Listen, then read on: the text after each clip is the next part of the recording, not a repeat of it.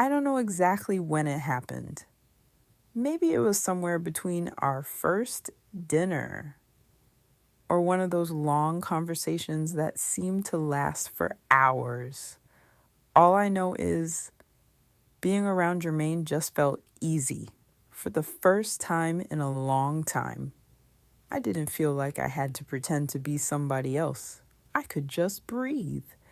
It was time to go home and get myself together for the wedding. Funny. A few months ago, I would have never imagined I'd be looking forward to spending an entire day with one man. Now I couldn't wait. Jermaine had been nothing but kind to me, patient, respectful. He listened when I talked. He made me laugh when I didn't even realize I needed it. He never made me feel like I had to earn his attention. He just enjoyed being around me. And somewhere along the way, I realized I enjoyed being around him too. It scared me a little. Not because of him, but because I could actually see a future. That wasn't something I'd let myself think about in a long time. For years, I lived one day at a time, one decision at a time, one paycheck at a time. Dreaming about tomorrow didn't seem practical. Now, I was thinking weeks ahead, months ahead, maybe even years. If somebody had told me a year ago I'd be excited to get dressed for a wedding, I would have laughed in their face. But here I was, looking forward to it, looking forward to him. There was still plenty of time before the ceremony. I just needed to head home, eat, and relax a bit. And try not to think too much. Because if I thought too much, I'd start thinking about everything I still hadn't told him. And today wasn't about fear. Today was supposed to be about hope. At least, that's what I kept telling myself. I don't think I slept more than a couple of hours. Every time I closed my eyes, I kept seeing my mother's face. She was really getting married. After everything she'd been through, she finally found somebody she loved. Part of me was happy for her. The other part couldn't stop thinking about what I knew. Maybe I should have told her sooner. Maybe I should have sat her down months ago and told her everything. But how do you tell your own mother that the man she's about to marry is connected to one of the worst days of your family's life? The truth was, Stone wasn't the only one there. Jermaine was too. People always talk about the one who throws the first punch. They don't talk enough about the people who stand there and let it happen. That part never sat right with me. For years, I've carried this around for a long time, wondering if today would finally be the day somebody answered for it. A knock at the door pulled me back. It was Vernon. "You ready?" "Yeah." As we stepped into the hallway, Rico came out of his room at the same time.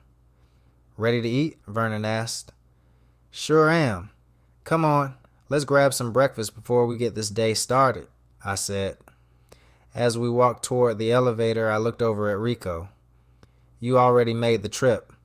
You might as well come to the wedding with us." "You sure?" He said. "You family now." Rico smiled. "I appreciate that. I had no idea. That one invitation was about to change everything." I've been to a lot of weddings over the years. Some I couldn't wait to leave. Some I barely remember. This one was different. Stone wasn't just another friend. We've known each other a long time. We've celebrated together. We've been through some hard times together. Watching him finally settle down, it felt like life had come full circle as I buttoned my shirt and adjusted my cuffs one last time. I thought to myself, not bad. I grabbed my room key and looked around the room to make sure I wasn't forgetting anything. Phone, wallet, keys, everything was where it needed to be. I locked the hotel room door behind me and headed toward the elevator. By the end of the day, my best friend would be a married man. And somehow, I had a feeling this was going to be a wedding nobody would ever forget. As I stood by the front door, I already knew what I had to do. There wasn't any point in putting it off anymore. Jermaine deserved to hear the truth from me, not from somebody else, not by accident. From me. I glanced out the window, right on time. His car pulled into the driveway. I smiled, grabbed my purse, and headed outside. The moment he saw me, that smile came across his face. He stepped out, walked around to my side, and opened the door. "You look beautiful," I smiled. "Thank you." "You ready to do this?" he asked. "As ready as I'll ever be." The ride to the venue was about 30 minutes. Plenty of time. I looked over at him. "Jermaine." He glanced over for a second. "Yeah. There's something I need to tell you." His smile faded just enough for me to notice. "Okay." I took a deep breath. "When we first met, well, you remember how we met?" He smiled. "I don't think I'll ever forget." I smiled too. "Well, because of where we met, I was always told to use an alias." He nodded slowly. "I figured as much." That caught me off guard. "You did?" He shrugged. "I've been around long enough to know everybody doesn't use their real name." I let out a nervous laugh. "Well, my name isn't Shar." He stayed quiet. "My real name is D." He looked over at me again. "D." I nodded. "Everything else I've ever told you has been the truth. My family, my life, my dreams. All of that was real. It was just my name that wasn't." He reached over and gently took my hand. "I appreciate you telling me." I smiled. "I thought you might be upset." "I'm not." I looked down for a second. "I'm not finished." He glanced back at the road. "Go ahead." I took another deep breath. "I already know the groom." This time, he didn't say anything. "I know Stone." He looked over. "How?" "I used to date his soon-to-be stepson, Israel." The car became quiet. "So..." "I've actually known Stone and Lolita for years." I stared out the passenger window. "I should have told you the moment I realized it was the same Stone. I didn't know how. I kept waiting for the right time. And before I knew it, there wasn't a right time anymore." The silence between us felt different now. Not uncomfortable, just heavy. I finally looked back at him. "I'm sorry, Jermaine. I never wanted you to hear it from anybody else. I wanted you to hear it from me." He kept both hands on the steering wheel.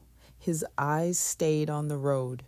After a long pause, he quietly said, "I'm glad you did." I kept my eyes on the road for a minute. Not because I was angry. I was trying to process everything she'd just told me. After a few seconds, I finally smiled. "So, D," she looked over at me. "Yeah, I think it fits you a whole lot better than Shar."